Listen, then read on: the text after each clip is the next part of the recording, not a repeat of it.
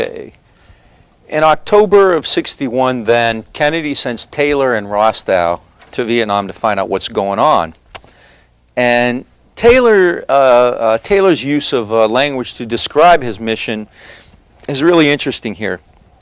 Taylor says, as before he leaves, the capital question is whether additional forces should be mobilized now or the limitation of our military capabilities in Southeast Asia accepted as a permanent fact. So that's the question, as Taylor sees it, is whether we should send additional forces to Vietnam now or whether we should recognize that what we can do there is limited and never move beyond that. And I think this is an attempt by Taylor, I think, to again place the burden on Kennedy's shoulders to pin him down for a decision. All right, so the Taylor-Rostow mission leaves in October of 1961, but at the same time, it's just kind of all these things are kind of merging together here. All these things are merging together here. There is this increased political warfare between the military and the White House going on. And at this point, Lionel McGarr really plays a role on that. McGarr is complaining that the civilians don't want to listen to what the military is saying about Vietnam. Their reports are critical, and especially because they're pointing out that the problems of ZM is having and the problem that the ARVNs are having. All right, McGarr says there is a slimmer and slimmer chance of pulling this one out of the fire. This is in early '61, and the head of the American Advisory Group in Vietnam, General Lionel McGarr, is saying that we're reaching the point of no return. Slimmer and slimmer chance of pulling this one out of the fire. What is McGarr's concern? Well, this is also very telling. It's a very powerful statement, I think. McGarr sees the White House ignoring military reservations about Vietnam. Military is very critical. They have these concerns, and he believes the White House is ignoring what they're telling him. And he's concerned that Kennedy's going to get deeper and deeper and deeper into Vietnam. More and more troops, more and more money. And ultimately he's going to be involved in a war there, a war that will not go well. And who's going to be blamed? Well, the military is, right? So McGarr in 1961 says, "As I am jealous of the professional good name of our Army, I do not wish it to be placed in the position of fighting a losing battle and being charged with the loss." So already in late 1961, the military has this awareness that this is a difficult war. It probably isn't a good idea. We very well could lose, and if we lose, then we're going to be blamed for it. All right? So from that point on, you see a real effort on behalf of the military to avoid blame, to pin down LBJ. All right? So what's happening in Vietnam? Taylor and Rostow are there. They come back, and the way the story traditionally goes is they encouraged Kennedy to send troops to Vietnam under the guise of engineers to repair the infrastructure because the Mekong had recently flooded.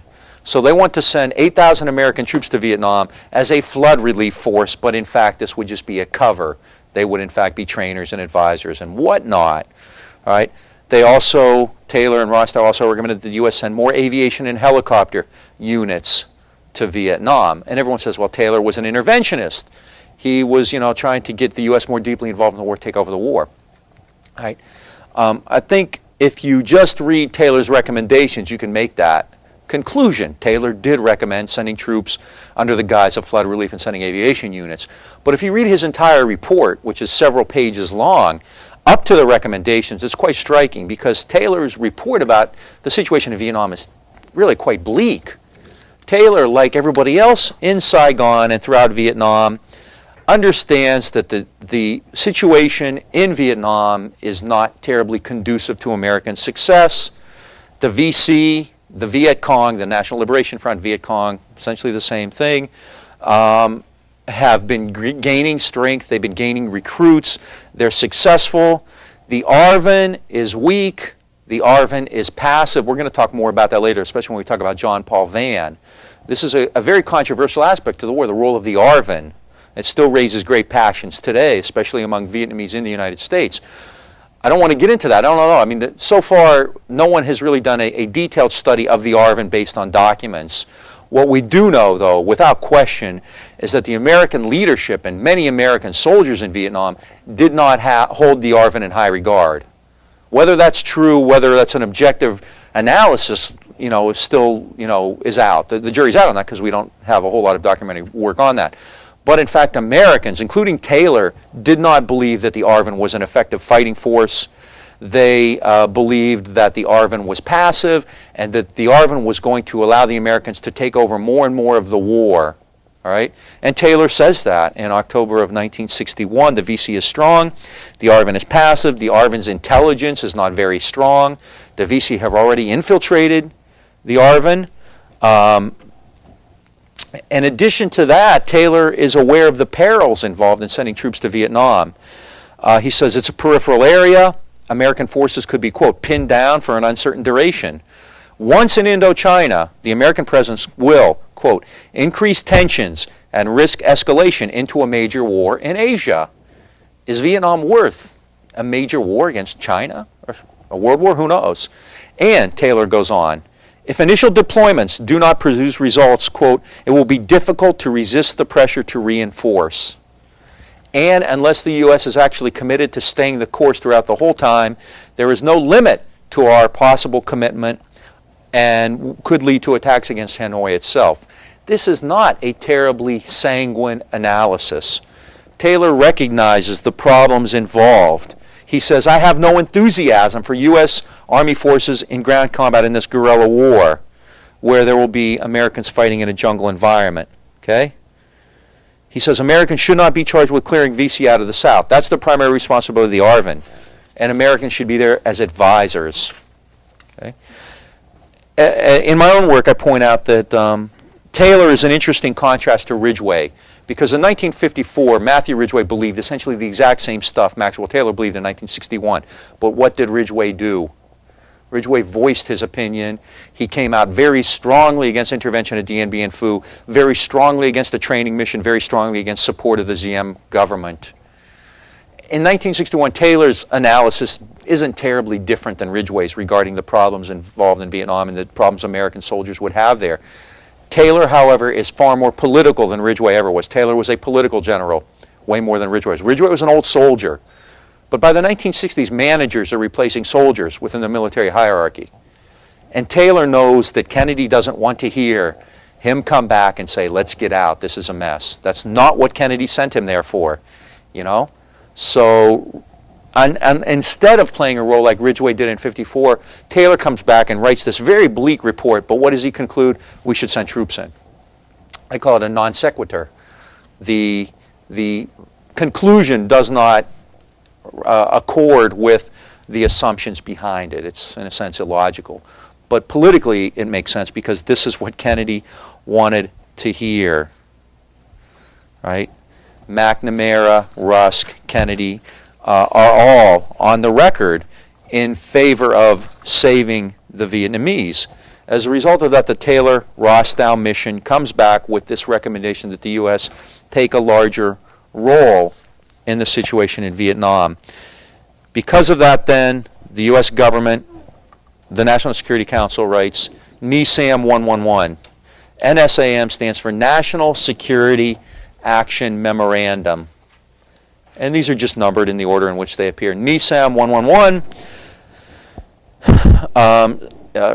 authorized by Kennedy, says that the United States will make a, quote, sharply increased joint effort to support southern Vietnam, the RVN. All right? It's interesting, a sharply increased joint effort. That effort will not be joint in the sense that the United States will increasingly take over the war. One of the ironies of this is NESAM 111 was authorized on November 22nd, 1961, exactly 2 years before Kennedy is assassinated, all right? So the United States, by the end of 1961, Kennedy hasn't even been in power, hasn't even been in the White House for a year, is committed to Vietnam, okay? Kennedy then enters his second year in the White House, still committed. Yes? What you just said was that basically we could see this as the point at which we as a government led by Kennedy, commit to Vietnam? I think it was before that, actually, in terms of the commitment.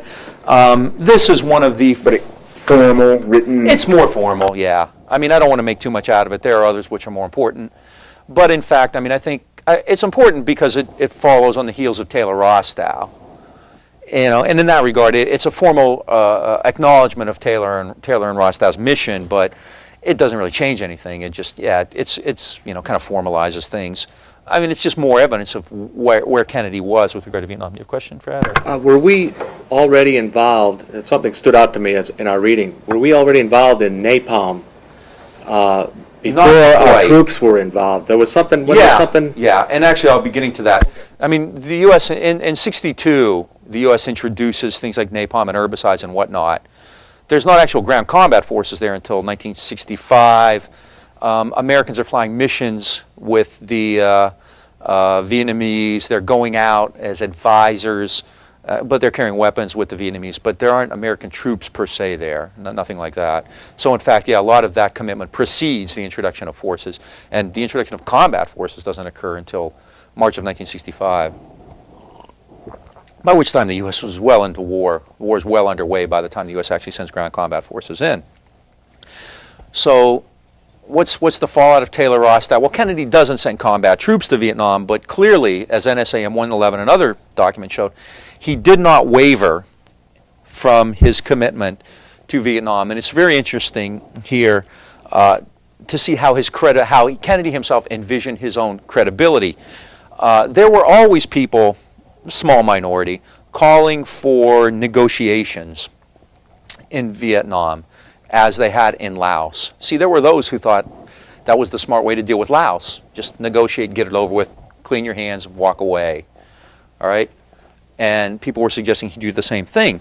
Kennedy every time rejected calls for negotiations. In fact, I think Averell Harriman himself told him to negotiate in Vietnam.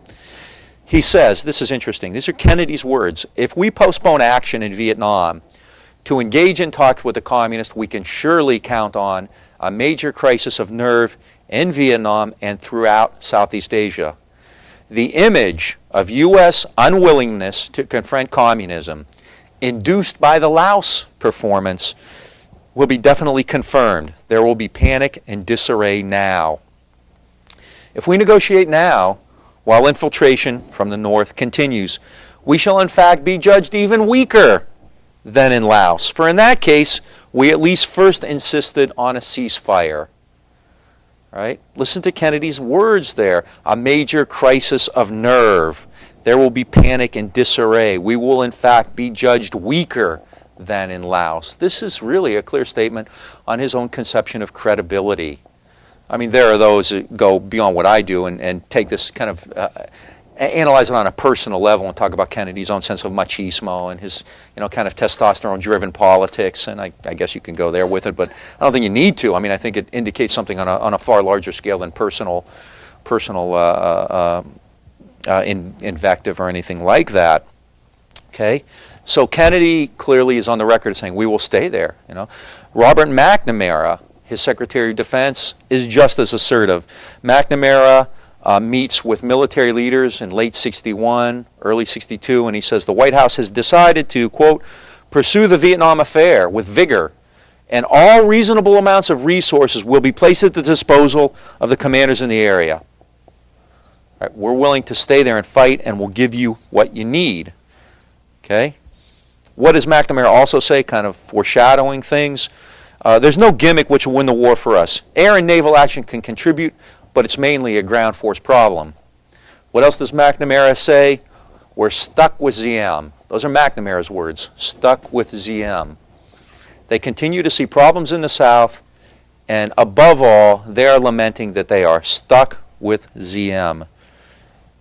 What else does he say? The guy's not going to reform. You can't expect that. Since 1954, what's the American mantra been? ZM has to reform, we're going to force him to reform. And in 61, McNamara acknowledges he's never going to reform. Because why? Who has leverage in this relationship?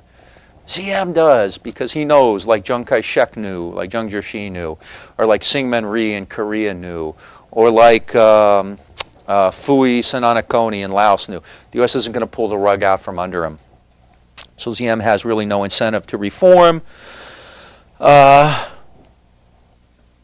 So McNamara then is on the record as saying, we're going to pursue this with vigor.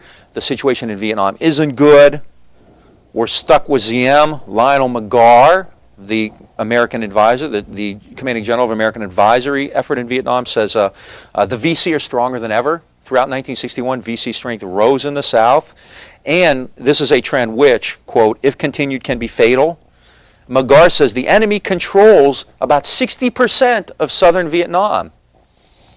We've talked, last week in my exact facsimile, my map of southern Vietnam, you paint it red for VC control. McGarr is saying it's about 60%.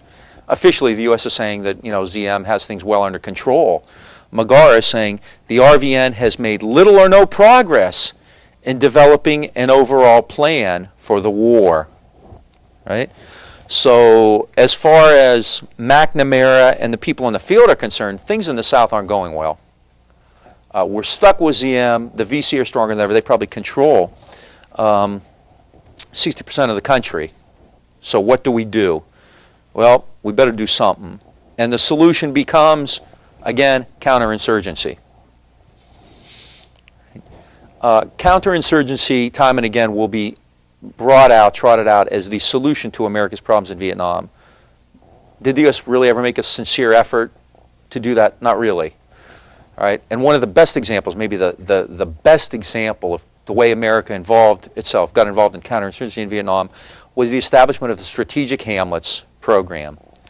And I'll make this briefer than I could, the Strategic Hamlets story, which is quite instructive. We've already talked before about Vietnamese society. And Vietnamese society is very family and village-oriented. People are born in a particular village. The villages are often isolated. They don't move beyond those villages. It's, kind of compared to Western society, fairly primitive or feudal, right? In that village, you have, your neighbors and your family. You raise crops on your land. You have religious services on your land. Your land is inhabited by the spirits of your ancestors. You have burial grounds on your land. It is a village-oriented society, right? The Viet Cong very successfully have infiltrated themselves into these villages, or even more likely, recruited people. People in those villages have their own complaints against the Diem regime, and they've joined the National Liberation Front. Just because somebody is a peasant does not mean he is apolitical. And just because that peasant may not be literate, he may not be, sophisticated, but there are many ways to express one's displeasure, all right? I mean, Diem is the guy sending the tax collectors into the village, for example. They don't like that. So at the village level, if one is to believe McGarr, 60% of the villages are controlled by the Front and the Viet Cong. Now, Douglas Pike and the Americans would say they're doing this through sheer terror. I mean, I think people like Dwight and Marr would point out that statistically that's just not possible. There aren't enough. And they don't have enough power to do this through sheer terror. They are actually making a political pitch that resonates throughout the Vietnamese countryside. What's the pitch? Diem is bad for you. He's charging too much in taxes. We're better for you. We'll reform land. Look at what Ho did in 46. Look at what he did in 54. We will give you a better life. All right? And the United States realizes that, for whatever reason, the Viet Cong are very successfully making inroads at the village level among rural Vietnamese. And they want to stop that. How do you do it? All right? Well, this is difficult because you don't really know who the Vietnamese are, the Viet Cong are. I mean, quite often people in that village are VC. It's the old story, American friends by day, VC by night. Vietnamese by day, VC by night, however they put it. So you can't go in and what do you do? I mean, one way is just to kind of get rid of everybody, duck hunting. You shoot enough, up in the air, you're going to get the ducks, right? And as we'll see, that is part of this, but initially, they would do what today I guess would be called surgical strikes. We want to isolate people who we know are Viet Cong, but how do you know that? So they finally decide to do something totally different. They decide to establish counterpoints to areas which are considered VC strongholds. Instead of getting rid of the VC, they're going to get rid of the village. All right? They establish what they call strategic hamlets. A hamlet is a village. There are hamlets all over Vietnam. right? But they're not strategic hamlets. What's a strategic hamlet? A strategic hamlet is a hamlet relocated to a strategic point which will be excluded from VC influence. How do you do that? You move everybody. You create a hamlet in an area under American control, or under ARVN control. You put barbed wire, bamboo, punji sticks, things like that around it. You move everybody from the village in there, and then you make sure that the VC can't get at them. You're essentially creating what, you use the term concentration camp. Keep in mind, we're not talking about World War II Nazi-style concentration camps. If you know anything about the Boer War or the Spanish War in Cuba, they established concentration camps there, relocated people in allegedly safe areas. It's like that. This isn't, we're not talking about the type of concentration camps in World War II, but these are similar to concentration camps. Right? They relocate Vietnamese villagers from their home villages and put them in strategic hamlets. And here's a, okay, look at that. What do you see around the edge? Barbed wire fences. All right? Now, you live in a village. You've lived there your whole life. Everybody in your family, for as far back as you can trace your lineage, just lived there. Your parents, your grandparents are buried in that land. Your pigs and your farm is on that land. All right? All of a sudden, they take you. The trucks come in, they put you in, you carry a bag on your back, and you're gone. All right? This is a way to teach you that the VC are bad. What do you come out of this with? Are you upset at the VC because you've been relocated? Who are you upset about?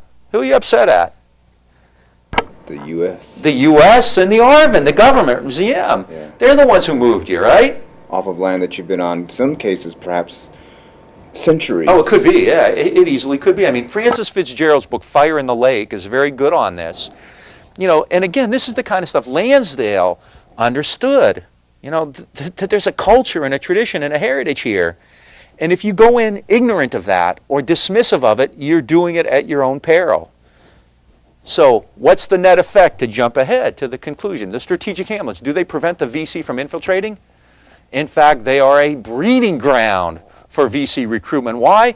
Because everybody in the strategic, a lot of people in strategic hamlets are pissed off at the Americans and at the ARVN, at the ZM government for relocating them. They don't want to be there in the first place. And it's an enclosed place. If they're a VC in there, they're there. They're stuck. They can proselytize, right? They're part of the community. So in fact, strategic hamlets is a horrendous failure. In fact, it does more in 1962 to strengthen the VC and to help them recruit than anything else does. All right? So this is how America goes about counterinsurgency. This is a very kind of Western-oriented approach to counterinsurgency. Is this winning people's hearts and minds? No, it's relocating them. It is basically a technical solution to a problem that is more political, ideological, or morale-oriented. All right? So again, this is, you know, Kennedy's committed. He's got to do something. What's he do? Well, we're going to try counterinsurgency again. We're going to establish strategic hamlets, and it fails. Right? Yeah. I believe this predated the concept of the creation of the freeze-fire zone outside of those hamlets. Is that correct? Because I didn't see anything in the readings. That came later. Yeah, it does. You really won't see that expression until probably after the ground forces come in. But John Paul Vann, as early as '63, will be complaining about that. Yeah, free fire zones actually becomes almost an official term. But a free fire zone basically means that you are allowed to engage anybody you see there in combat on the presumption that they are Viet Cong, all right? Which, of course, yeah. But the idea that if the area is outside of the strategic hamlet, everyone outside those hamlets is considered to be VC. Right. But there was no policy to go after those areas on a bombing run or anything like that in this period of time, 61, 62, or was there? John Paul Vann would say yes, there was. In fact, the U.S. is, I mean, the Vietnamese are. The U.S. is not flying these missions, but the Vietnamese are. Yeah, actually, they are attacking, sometimes with air, but usually with artillery, villages. I mean, Vann will claim it's just disastrous, it's indiscriminate. Yeah. But you do see, I mean, Vann's there in 62. Yeah. Yeah. So he's already complaining about it by then. And others are recognizing it too. Yeah. At the same time this is going on, there's also a political problem within the American military mission in Vietnam, and I don't want to spend a lot of time on this. Although I think it is important because it really shows more about Kennedy's commitment. Remember, the American group, the military group in Vietnam from 1954 onward was referred to as the MAUG, the Military Assistance Advisory Group. And this is a group of advisors. But in 1962, that's going to change. It's going to be reorganized as the MACV, the Military Assistance Command Vietnam. What does this mean? That the U.S. makes a commitment to move away from an advisorial, an adversary, advisory role into a more command-oriented assistance role. It means the U.S. is going to take over more responsibility for the war. And it's interesting because politically there's a little bit more to it than that. The United States moves from advice to assistance, all right? And what commits one deeper, advice or assistance? I mean, if I advise you to do something, you know, I have some responsibility. But if I start assisting you and abetting you, then I'm far more deeper in, you know, in far more deeply, all right?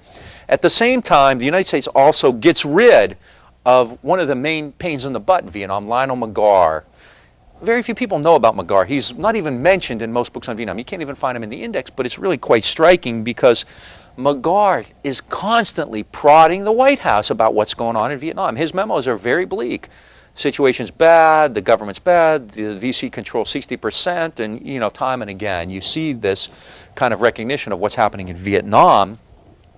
People are finally tired of it. This isn't what Kennedy wants to hear. Kennedy didn't send McGarr down there, I don't think. I think Eisenhower did. But Kennedy doesn't keep him there to hear this, you know. Kennedy's made a decision, and you either get on the team or you get out. And McGarr's not being a good team player. So by late 1962, there is a clear effort to get rid of him. People like Lansdale and other military people are saying, we got to get rid of McGarr. He's not doing anything. We need somebody who's really going to ride herd on the ARVN. That's the problem. We're not tough enough with the ARVN. Right? McGarr's the guy who's saying, look, they're letting us do more and more. And McGarr's saying the problem is that we're taking over the war, where they're saying, well, no, the problem is you're not tough enough on the ARVN. So there's really a fundamental disagreement there on how to do things. All right? The Americans, instead of focusing on what needed to be done in Vietnam, isolated an individual. Instead of focusing on the job, they said, no, what we have to do is find the right man. The job is fine. It's the guy there who's the problem. So what do? They essentially get rid of McGarr. There's essentially a coup in Saigon, and in December of 1963, they establish a new command structure, and they get rid of Lionel McGarr. They get rid of the MAUG as well. 62, well, it's kind of 62, 63. It's both, you know, late 62, early 63. When they do this, McGarr doesn't go quietly into that good night. He, in fact, continues to complain. He says, I am professionally and personally disappointed, and especially he is upset that his, quote, frank periodic reports. He admits, I've been sending you frank reports. I've been telling you truthfully what I think is going on down here. Nonetheless, they have prevented you from trying to solve a very nonetheless, you are trying to solve, quote, a very unconventional situation in a basically conventional manner. And he's right, absolutely right. As I said, I mean, they're strategic Hamlets, which just really ignore what's going on. All right? What else does he say? He says, you're giving more power to ZM. All right? You know, ZM, despite his repression, despite the corruption, you're giving him more power because you keep sending him money. You're giving him virtual veto power. All right? So McGarr is ousted because, as he says, he complains because the U.S. is trying to solve an unconventional situation in a conventional way. They need to find a replacement for him. Well, the consensus among people in Washington is that his replacement ought to be General William Yarborough. William Yarborough is a commander at Fort Bragg. And what's at Fort Bragg? Special Forces School. They believe that somebody from Special Forces should be sent to Vietnam because this is a counterinsurgency war. Okay? Kennedy overrides that and sends a guy named General Paul Harkins to Vietnam. What was Harkins' background? Tank commander, protege of Maxwell Taylor. Unimaginative, yet very well connected politically. I mean, Taylor's a big man on campus, so Harkins uses that to his advantage, and he becomes the first MACV commander. The ugly acronym for this is, which you'll see in books quite often, is COMUS MACV, which means Commander U.S. Military Assistance Command, Vietnam. All right, especially with regard to Westmoreland, you'll see that time and again. And what is Harkins's approach to the war? The American Army concept. Build up the ARVN so that they can smash the enemy's main force units, and then the special forces will clean up afterward. Right? That's not the way the war in Vietnam is being fought. Harkins is, as I think I've cited this quote before, it's kind of what Dorothy Parker said about Hepburn. Her range of emotions ran from A to B. Harkins' imagination ran from A to B. Okay? Basically, this is the traditional concept. We're going to smash the enemy and we'll wipe them out after. This is absurd. There are no main force units in the South to fight. The PAVN's not going to get involved in any full measure for a long, long time. There's some limited PAVN activity in the North, but nothing really that's determinative. So for Harkins in 1962 to be saying this is really, really unimaginative, really absurd. All right? Harkins says that we have advantages in technology, air mobility, armor, tanks, and things like that. You can call in air support to flush out the VC, and then we can attack them from the ground. Right? Again, he's fighting a war that doesn't exist. This isn't the Vietnamese War. This isn't the way it's being fought. This isn't what the Viet Cong are doing. They're not massing in huge formations that can be flushed out by air power and then encircled and assaulted. Right? So this is Harkins' approach, and he's in charge, so he gets his way. In 1962, then, you start to see huge amounts of American resources pour in, and for a time bring success. One could make a strong case that this was, in a sense, the high point of the U.S. effort. Beginning in January of 1962, the White House begins to send far more resources into Vietnam, including, and the Bassett and Pell's article in that reader is really essential for studying this. It's quite good. In 1962, the White House begins sending helicopter companies into Vietnam, fixed-wing aircraft, troop carrier squadron, with aircraft operating not only out of southern Vietnam but also the Philippines, reconnaissance airplanes, spy planes, air traffic controllers, air control personnel, equipment for crop defoliation, herbicides, Navy minesweepers, more advisors, and also approves the use of napalm against the Viet Cong. Napalm is a gaseous gel that sears one's flesh. All right? So it is a commitment not only to air war, but also to chemical warfare. All right? Napalm was used by the French, supplied by the Americans, made by Dow Chemical. Napalm was used by the French at Dien Bien Phu. It is a kind of a more effective improvement upon the types of things used in World Wars I and II, mustard gas and stuff like that. Napalm is even better that way. And things like Agent Orange, the dioxin, which the goal of these herbicides is to eliminate the jungle cover that the VC are using. What is the Air Force's motto become? Only you can prevent a forest. Okay? And these are all products of Kennedy. 1962, so far up to this point, the Viet Cong have kind of had their way, and the enemy is not putting up a very effective fight. And so when all this stuff appears in Vietnam, quite suddenly, the VC they are sent reeling. The initial introduction of American technology is very difficult for the National Liberation Front, for the Viet Cong. They've been fighting a war which would be considered primitive by Western standards in some ways. And all of a sudden, boom, all this stuff appears in Vietnam. And the Americans are quite proud and quite happy about the path the war has taken. And in 1962, things start to look good. In fact, in late 62, McNamara, Kennedy, Rusk, and others start talking about withdrawing American troops. Now, later on, Kennedy's defenders would say, hey, he was pulling troops out of Vietnam. That indicates he wasn't committed, and after the election, he would have gotten out. Kennedy did ultimately actually withdraw 1,000 troops. Why did the U.S. withdraw troops? Because they thought things were going well. It wasn't because they didn't want to be there, just they thought they didn't need them anymore. That in 1962, the war was in good shape.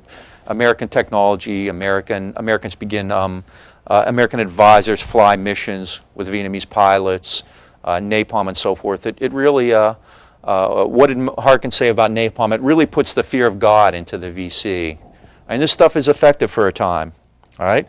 And Americans are quite optimistic. In fact, Bobby Kennedy, Attorney General Robert Kennedy, makes a visit to Saigon in 1962, and he says, "We are going to win in Vietnam. We will remain here until we do win." This is Bobby Kennedy, who would later become, a very strong critic of the war. But in 1962, he's saying, "We're going to stay here. We will win." And there's a fair amount of optimism in Vietnam. Because of the reforms or the improvements of 1962, the ARVN has number of soldiers in the ARVN has risen up to 220,000 from about 180. The Civil Guard has gone up to 77,000. The SDC Self-Defense Corps has gone up to about 100,000. What's the U.S. presence in Vietnam now? 11,000 advisors, although many of them are involved in far more than advising. 300 American aircraft, 120 American helicopters, heavy weapons, American pilots now flying combat missions, defoliants, and napalm. One American advisor who was generally very pessimistic, Wilbur Wilson, said in late 1962, "The tide has turned." And this was the general consensus. The introduction of these aircraft, minesweepers, advisors, napalm, and so forth, the increases in the size of the ARVN and self-defense corps, they've made a difference, and we now are finally have turned the corner. We're on the road to victory. Okay? And that's the general line, except for people in Vietnam. That type of optimism, which was prevalent in Washington, D.C., in the media, I mean, who are the most famous reporters in Vietnam, from Vietnam era? Neil Sheehan and David Halberstam. I think you can make a strong case that those two are. I don't think there's any question to it. Halberstam and Sheehan were initially advocates of the war. And in 1962, their reports initially were somewhat optimistic. They began to turn. Why? Because they thought the war was a bad idea? No, because they thought it was going poorly. And why did they think that? Because their main source in Vietnam was telling them that, John Paul Vann. John Paul Vann is one of the more famous Americans to come out of Vietnam because of Neil Sheehan's book, which was actually turned into a movie for HBO or something, which I never saw, called Bright Shining Lie. And Vann is a really remarkable character, fairly young at the time, well-connected. He was a colonel, destined to certainly become a general, who knows, Army Chief of Staff, whatever. However, he was arrested for statutory rape. He had been having an affair with like a 15-year-old babysitter, and he was able to beat the charge. He beat the lie detector test, but it was quite clear that his days in the Army were numbered. He would later come back as a civilian to Vietnam, but he was clearly, on a path toward, guts and glory. And Vann was well connected, and he knew Sheehan and Halberstam, and he was feeding them a lot of information. And the story that Vann and other military critics were giving was quite different than the one Kennedy was telling people. I mean, Kennedy and Harkins's version was that everything's great, we have them on the run, this thing's going to be over before you know it. Vann and others are giving a quite different story. Right? Vann is especially upset that Harkins's use of firepower, artillery, air power, and so forth, is leading to indiscriminate attacks on peasant hamlets. The question you asked a few minutes earlier. This is 62 already. Vann is saying, we round all these people up and then we just blow them all away. All right? We go into a hamlet and that hamlet's red. It means it's VC controlled. So what do? We bomb it. That VC control, that doesn't necessarily have to mean everybody in that village is Viet Cong. It might mean that the Viet Cong have a strong presence there. But if you blow everybody away, or if you blow the village away, what is that likely to do to the Viet Cong's level of influence there? It's going to make it go up. Because it wasn't the VC. The VC doesn't have an air force.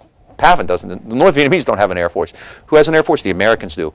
So if bombs fall out of the sky onto your village, it's pretty easy to know who to blame. The Americans are doing this, they would claim, to eliminate the enemy. And what Vann and advisors in the field are saying is, that's not the enemy. They're people. They have legitimate grievances against the government.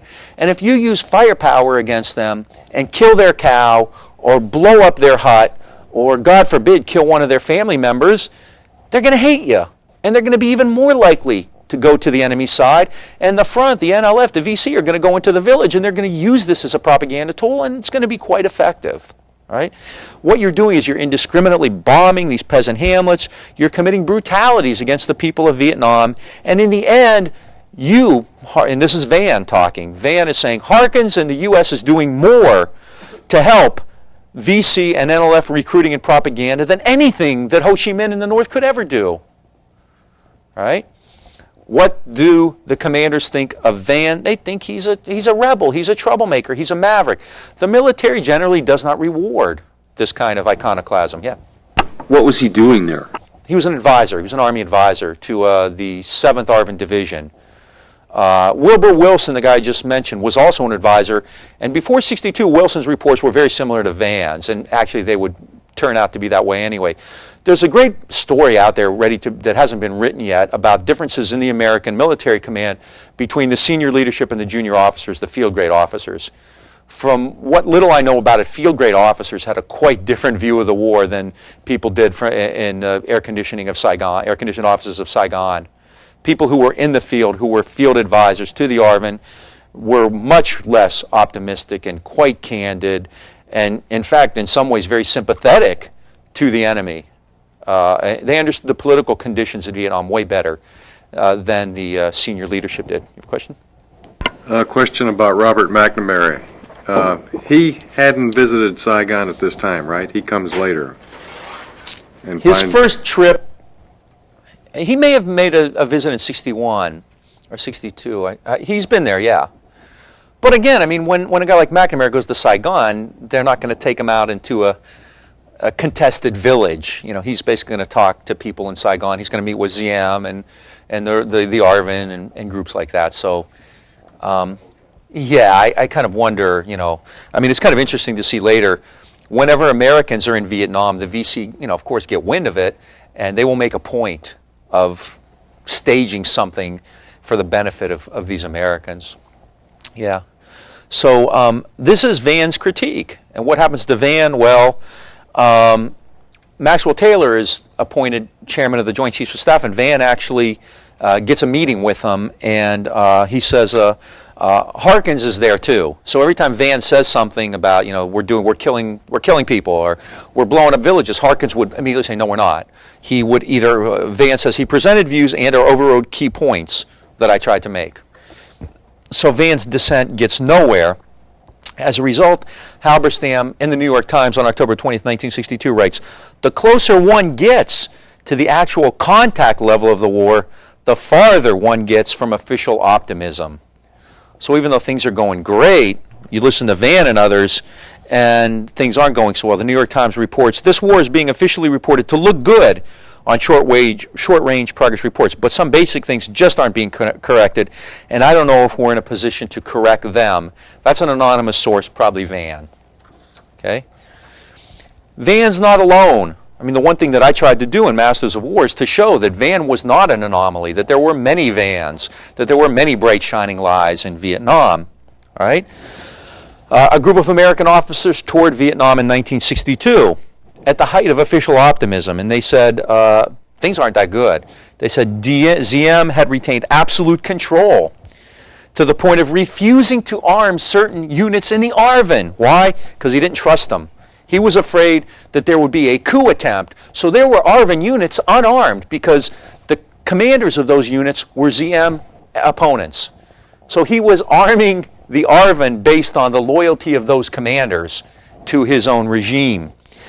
One American officer, kind of being a little sarcastic, said the ARVN is pervaded by apathy and equally proficient at attacking an open rice field with nothing in it and quickly bypassing any heavily wooded area that might possibly contain a few VC.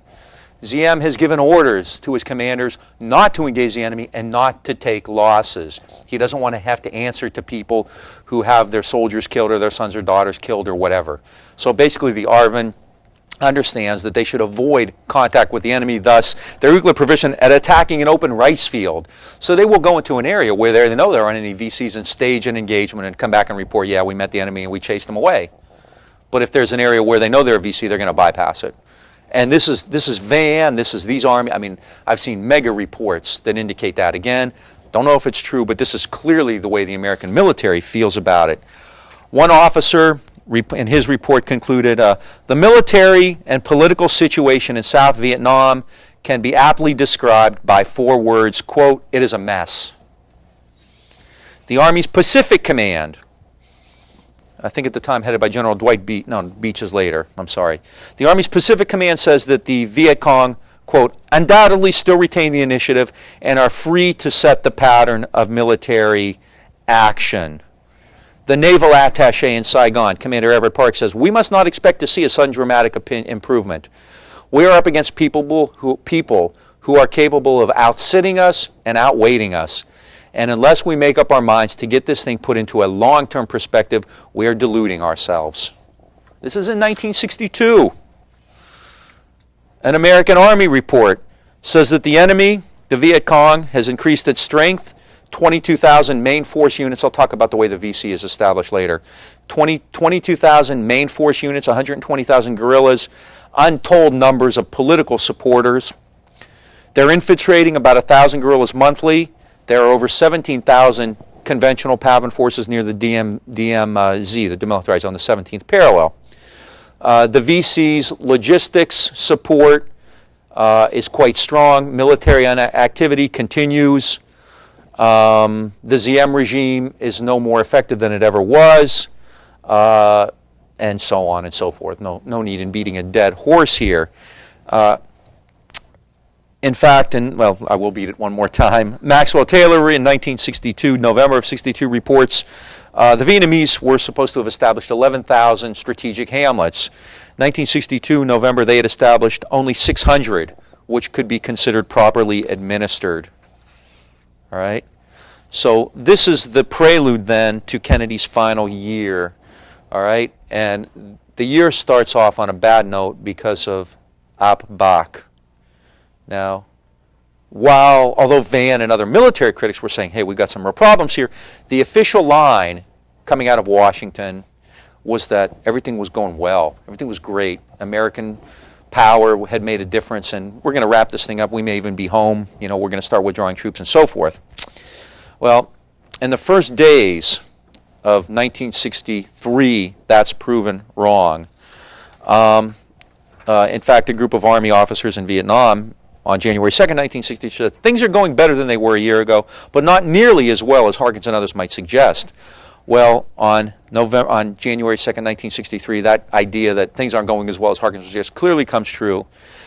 Ap Bak is in the Mekong Delta. I don't remember if it's on this map or not. It's in the Mekong. It's down south here. It's not on the map specifically.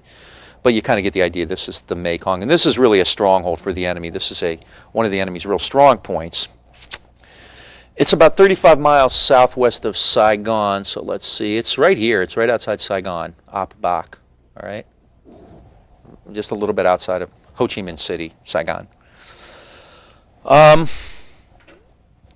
Outside of Ap Bak, American military officials were pressuring the ARVN to win a victory. Basically, already there was some mumbling that the ARVN wasn't fighting. The Americans were doing everything. And so the Americans begin to put pressure on the ARVN to do something. And they figure Ap Bak is the perfect place to do it. They know the VC are there. They can rout them. They can create like a set-piece battle because they know where the enemy is. There are some enemy main force units there. The ARVN has a 4-to-1 troop advantage. In addition to that, they have American artillery, armor, and helicopters. This is the ARVN's 7th Division. And I think, in fact, I know, John Paul Vann was the advisor to the ARVN 7th. So they figure Ap Bak is the perfect place. This is a demonstration battle. They tell reporters about it, and everybody comes out expecting to see the ARVN wipe out the VC at Ap Bak. It doesn't turn out that way. It's a disaster. The VC dominated the field. The initial introduction of helicopters into Vietnam dazzled the Viet Cong. They didn't know what to do. By January of 1963, they had undergone intensive training in anti-aircraft activity. They had developed or they had acquired new technology, and so they knew how to handle what they saw coming that day. They inflicted heavy damage on the ARVN troops. They killed 3 American advisors, and they shot down 5 American helicopters. The ARVN did not use armored personnel carriers, and in fact, the ARVN broke ranks and ran rather than incur casualties. Vann was furious. The VC appeared outnumbered 4-1 and sent the Arvin scampering back. Okay? And Van wrote a huge 20-some page long detailed report, a scathing attack on the 7th Division afterward. Oppbach shocked Americans, except, as Halberstam said, the only people not surprised are the American advisors in the field. It didn't surprise them at all that it happened this way. Some Americans tried to put the best face on it. Harkin said it was a great success. Van went ballistic. Van said the Arvin is poorly trained. They're afraid to fight. They have no discipline. They broke ranks. And in fact, this loss will be turned into a propaganda weapon and will provide the enemy with a morale-building victory. At that same time, there was an American military mission in Vietnam, and I think this is interesting because it was led by General Edward Rowney, R-O-W-N-Y. Is that name familiar to anybody? Star Wars. Rowney became Mr. Star Wars in the Reagan administration. Rowney's not a dove, right? But what did Rowney see in January of 1963? All right. Harkins is a good officer. He's competent, but he's not imaginative in driving. He's not highly motivated or creative. Right? Rowney says, Van's right. The Arvin, he attacks the Arvin for its considerable delay in waiting for airstrikes, for allowing the VC to escape. Basically, Van and Rowney are saying the Arvin's letting the VC escape. They want to. They don't want to fight him. They're allowing him. They're creating an open field for them to get away. And for its brutal habit, this is Rowney, this is General Edward Rowney speaking. He criticized the Arvin for its brutal habit of capturing or shooting anyone left in a bombed-out village on the grounds of being, quote, suspected VC. It's the old Army saying if it's dead and it's Vietnamese, it's VC. Because why? McNamara, I'll talk about this later too. What's the success? What's the gauge for success? The body count. McNamara says, well, we can't judge this by how much territory we've taken. You know, we can't have the Battle of the Bulge, so we'll win by killing more of them than they kill of us. So after battle, quite seriously, you go out and you count the number of enemy dead. I mean, I've heard people, I don't know if they were serious or not, vets say, yeah, we counted dead buffalo. And, you know, but any Vietnamese dead was considered enemy because you had to build up that body count because McNamara didn't want any of that damn poetry. He wanted something you could put into the computer. He wanted data. Rowney says the Arvin soldiers do not really want to tangle with the enemy. Why? Because ZM has prohibited them from losing. There is a prohibition against defeat. If you want your career to hit the stumbling block, lose a battle. So you avoid it instead. There is excessive caution. All right? So Oppbach then is really telling in that although the Americans claim things are going well, the situation in the field in Vietnam is not nearly going so well. And this will lead to kind of the denouement of the Kennedy era in Vietnam. And once again, I got too clever by half. Pretty soon they'll find out that there's no way out. All right? The situation within Vietnam becomes impossible in 1963. The ZM regime cannot be propped up any longer. And there are three major things going on here. One, ZM and the Americans are starting to really get in each other's nerves. Two, the Buddhist situation, which I've mentioned before, becomes a major crisis. And three, which may be the most important one, it's the one least talked about, ZM begins talking to the enemy. All right? First, ZM and American tensions. Publicly, of course, the United States has to continue to believe that ZM is the Winston Churchill of Southeast Asia. They said it, it must be true. Privately, however, internally, America's relationship with ZM is getting worse and worse. And this is surprising. I mean, the first time I saw this, it was quite surprising. Why? Because ZM is tired of the Americans. ZM does have nationalist credentials. He doesn't want the Americans taking over his country. Now, he does want them sending the checks. He's not that proud. He's not saying, you know, I won't take your money. He's just saying, I'll take your money. You just don't tell me what to do. Okay? The Americans have what ZM calls privileged semi-diplomatic status. One American Marine official said, the U.S. arrogance of power is manifested in an attitude which is much said, get out of the way, I'll do it myself. ZM doesn't like that. He doesn't mind having Americans there, although he doesn't want too many of them. He certainly doesn't mind getting money from America, but he does not want Americans telling his army what to do and how to do it. He hates Van.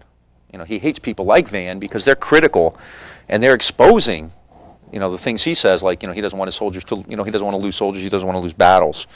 What happens then? Well, by mid-1963, by the spring of 1963, the U.S. government and ZM really are experiencing a lot of tension. This comes from a CIA report, right? ZM and his brother Nu are concerned about recent infringements of Vietnamese sovereignty. The Americans are taking over a sovereign country.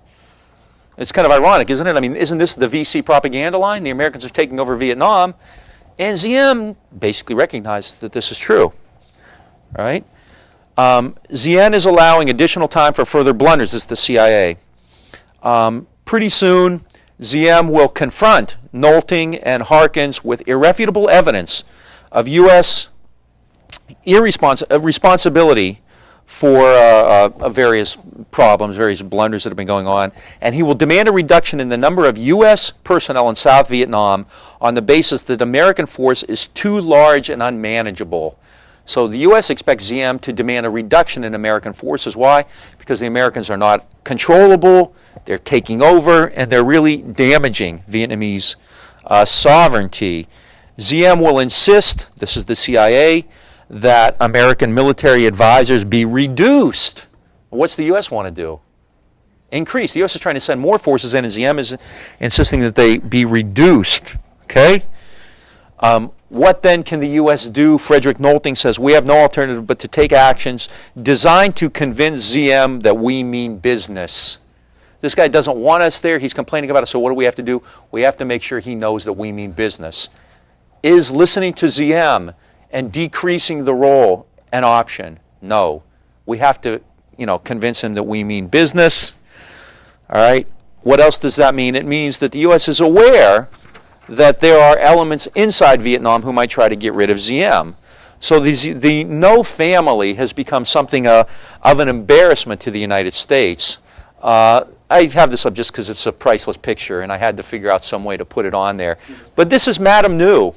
This is ZM's sister-in-law showing the Vietnamese women's soldiers group. She considered herself a feminist, and she established this Vietnamese women's paramilitary group, and she's showing them there in her high heels how to shoot. Right. This is the woman who was considered the stereotypical dragon lady. Right. Very exotic and beautiful and whatnot, and so she also packs heat. So it's a great picture. I had to put it in there somewhere. Right. So. ZM and the U.S. are increasingly at odds, and this is going to get much worse because of continued problems between Catholics and Buddhists, which we've already spoken to. Before I get to the events of 63, just a little bit more background on Buddhism, because this is interesting. In the 1950s and 1960s, the United States, one of the reasons ZM was popular is because he was well connected in the U.S., and he was well connected because he was a Catholic and had developed contacts with people like Francis Cardinal Spellman, John Kennedy, Mike Mansfield, Justice William O. Douglas, a Supreme Court liberal who was actually very favorably impressed. So the Americans like ZM because he's a Catholic, but at the same time, the Americans are suspicious of Buddhists. So this kind of, it creates a little bit of a more complex situation there. In fact, William O. Douglas, famous liberal Supreme Court justice, in 1953 wrote a book called North from Malaya, and he talks about Vietnam in it, and he's quite impressed with ZM. And he said that ZM is honest and independent, and he's a Catholic. Douglas says that the Buddhist church, however, is remote from the people and country. It is a passive institution. It teaches very little social or community responsibility. It concerns itself with devotions, with women, which women especially practice. It exists strangely apart from the conflict that is tearing the nation apart. This is William O. Douglas talking about Buddhists in Vietnam. He couldn't have been more wrong. This is the great liberal Douglas, right? And this is typical of Americans as they look at Vietnam and the religious composition there. The Americans favor the Catholics over the Buddhists. Mike Mansfield, John Kennedy were also Catholics that way. All right. At the same time, the Americans see the religious sects in Vietnam, like the Hoa Hao and the Cao Dai, who I mentioned last week. And they also have misgivings about them because they practice these weird religions, right? The Hoa Hao, Time magazine said, was a rowdy sect of dissident Buddhists whose founder was sent to a lunatic asylum. So this is the background to that. The sects, according to a magazine in the United States, are capitalizing on harebrained offshoots of Buddhism. Buddhism is passive. They're pacifists, they're crazy, they're lunatics, and they're creating all these sects. So America mistrusts the dominant religion in Vietnam, Buddhism. All right? Not surprisingly, then, Diem doesn't think he has anything to worry about when, in 1963, he engages in open repression of Buddhists. Diem, remember, is a Catholic.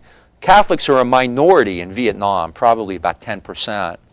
But they overwhelmingly populate areas of or positions of influence within the civil and military regime. Generals and civil administrators, many convert in order to, Did they control a lot of the wealth? Yeah, The disproportionately. Catholics? Yeah. Okay. Although some of these sects also have influences. Chinese have wealth too, but the Catholics tend to do pretty well. They're fairly well off. They're more educated. They have connections to the old French regime and the political and economic administration. So yeah, they tend to be pretty well off. Not all, but many are. So Diem and the Catholics and the Buddhists never got along terribly well to begin with, and this really becomes a problem in 1963, beginning in May of '63. Buddha's birthday is May 8th, okay?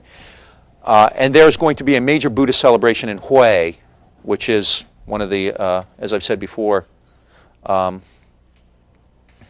here is Hue, which is kind of one of the headquarters, the temple at Hue, the Buddhist temple at Hue, one of the oldest and kind of most revered, like a great church would be in the United States or something like that. Is that H-U-I? H-U-E. E? Yeah, H-U-E. There's a big celebration planned for Buddha's birthday, which is May 8th, and Diem tells the provincial officials there to enforce a ban on flying religious flags, meaning flying Buddhist flags. So there is a law in the books that says you cannot display a Buddhist flag, and Diem tells the provincial officials in Hue to enforce that law. Now, just a few weeks before that, one of Diem's brothers, who was the Archbishop of Hue, Ngo Dinh Thuc, had a big celebration, and they had displayed Vatican flags prominently. Vatican flags had been in the processional and whatnot, but now Diem's saying no Buddhist flags. So what do the Buddhists do? They raise their flags and they march in this procession, and they schedule a big meeting to celebrate Buddha's birthday. Local officials, Diem loyalists, tell the crowd to disperse, and when the Buddhists don't disperse, the deputy province chief, who's a Catholic, orders his troops to fire, killing 9 Buddhists, including women and children, and many others were injured. What does Diem do? He says that a Viet Cong hand grenade caused the deaths. And even when they showed film, of the soldiers firing on, Diem refused. He could have been on a jury in Simi Valley, huh? So Diem, clearly this has escalated now.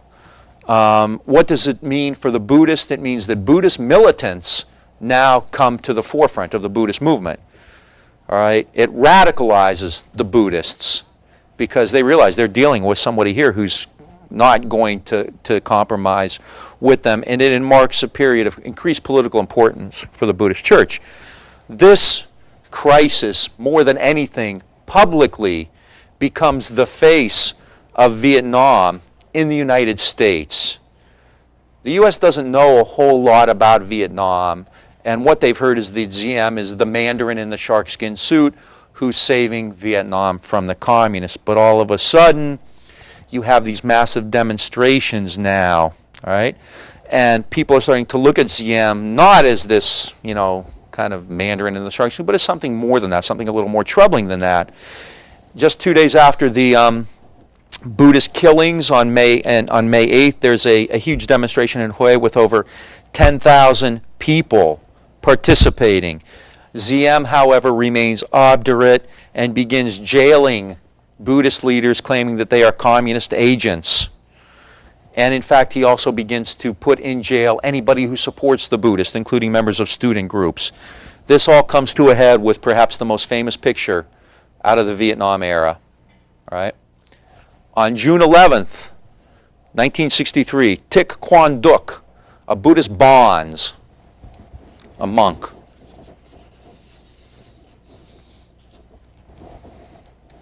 goes to Main Street in Saigon, douses himself with gasoline. The world media had been alerted to be in Saigon at that point, and sets himself on fire. All right? This is on the front page of every newspaper in the world, just about, the next day. When Americans see this, they're of course shocked. And pretty soon, there are other Buddhist bonzes who immolate themselves to protest Ziem. So what does Ziem do? He promises that he won't attack the Buddhists anymore, and he'll give them equal rights and that kind of thing. Never enforced it, and in fact, the persecution, the arrest of the Buddhists continue. The Ziem and his brother would publicly always say that it was the Viet Cong who were causing all these problems. These weren't Buddhists; these were VC. Okay. Ziem's sister-in-law, Madame New, who we just saw teaching Vietnamese women how to shoot, called Thich Quang Duc and others Buddhist barbecues. And she offers to provide them with gasoline the next time they want to do this. So she took a bad situation and, excuse the bad pun, inflamed it. All right? So by the middle of 1963, Ziem is increasingly isolated, and it is harder than ever to defend him. Ziem is claiming that the communists are causing all these problems. The Americans believe that Ziem himself is kind of isolated and that it's his brother and sister-in-law who are the problems. Madame New, by calling them Buddhist barbecues, certainly doesn't make anything easier. So what does this do? It brings the idea of a coup ever more to the forefront. Now, there had been attempts to get rid of Ziem from 1955 onward. And this is something to keep in mind when people talk about the relationship of the Viet Cong in the North and the South and everything like that. Who was it who was trying to get rid of Ziem from 55 onward? Clearly the NLF and the VC were, but when it came time to stage a coup against Ziem, who was doing it? Well, no, the army, the Vietnamese army. The attempts to get rid of Ngo Dinh Diem were engineered by his own people.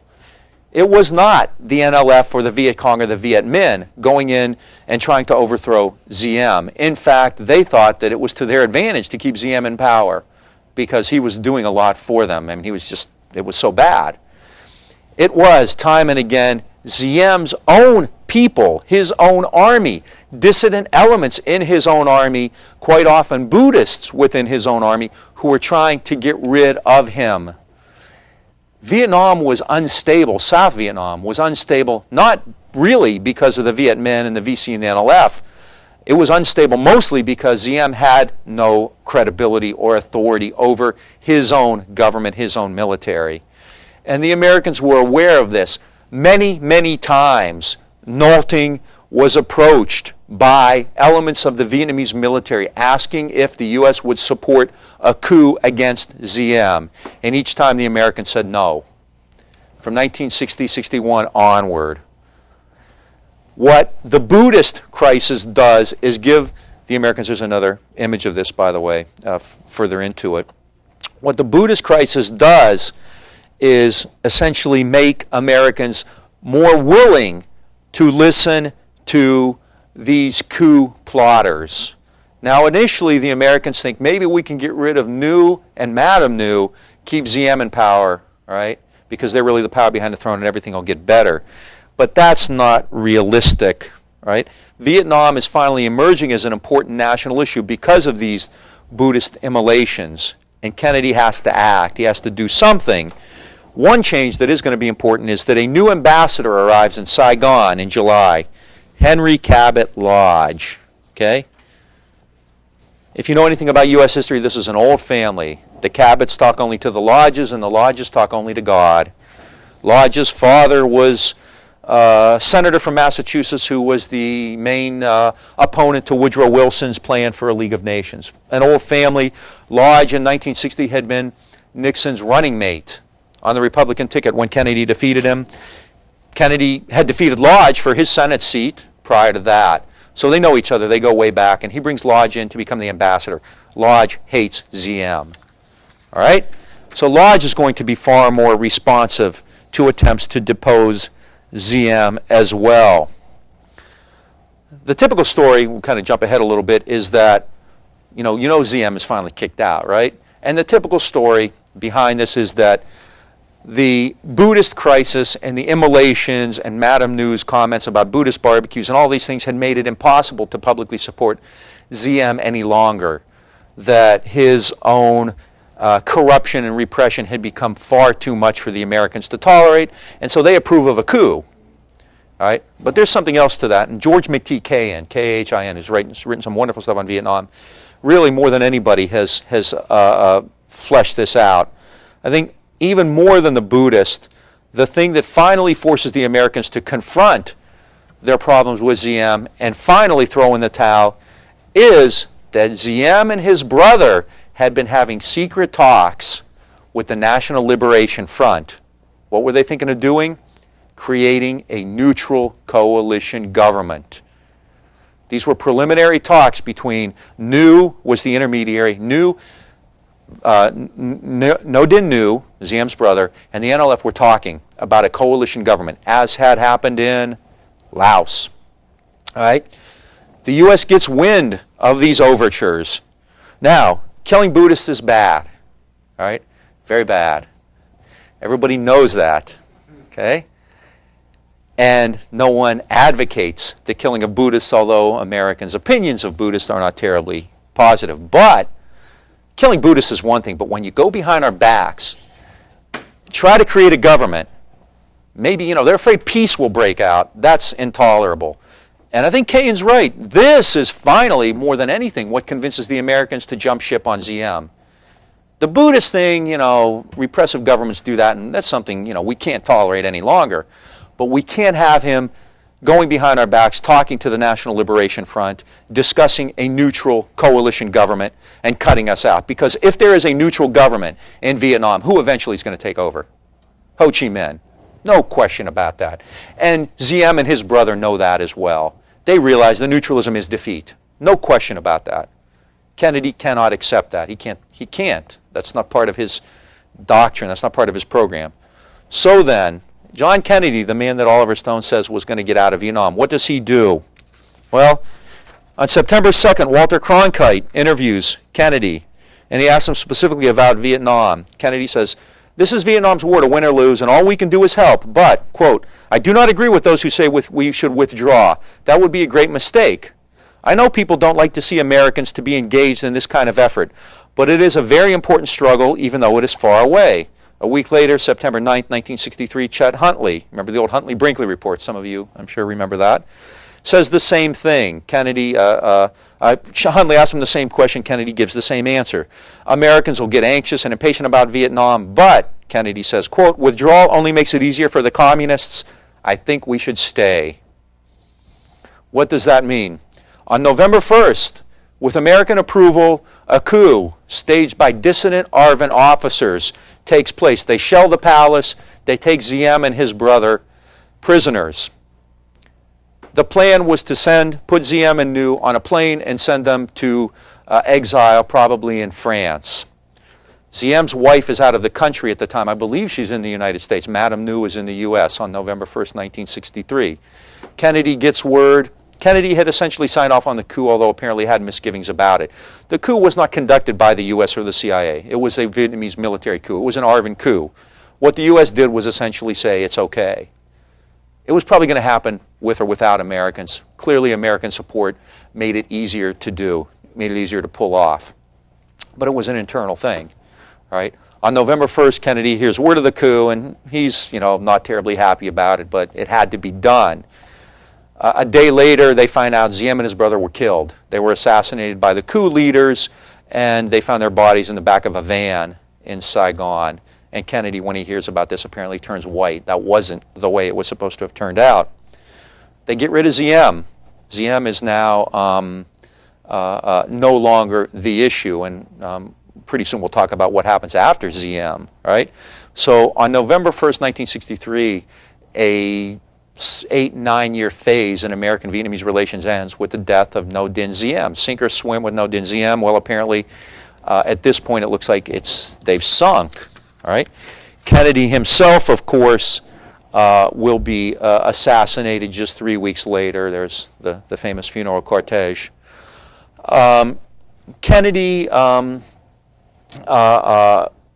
the day that he was assassinated, was to have given a speech at the Trade Mart in Dallas, a big trade expo, and the text of that speech is really quite strident. It talks about the need to make a stand, and it's not at all conciliatory. So as of November 22nd, 1963, Kennedy doesn't seem to have changed his opinion much on Vietnam. So what then is the Kennedy legacy? I think we'll pick that up next time, maybe talk about it a little bit. Then we'll start talking about what happens in Vietnam after the Diem coup and what LBJ does when he takes over. Make a long story short, he takes a really terrible, poor, lousy situation and he makes the worst of it. Okay?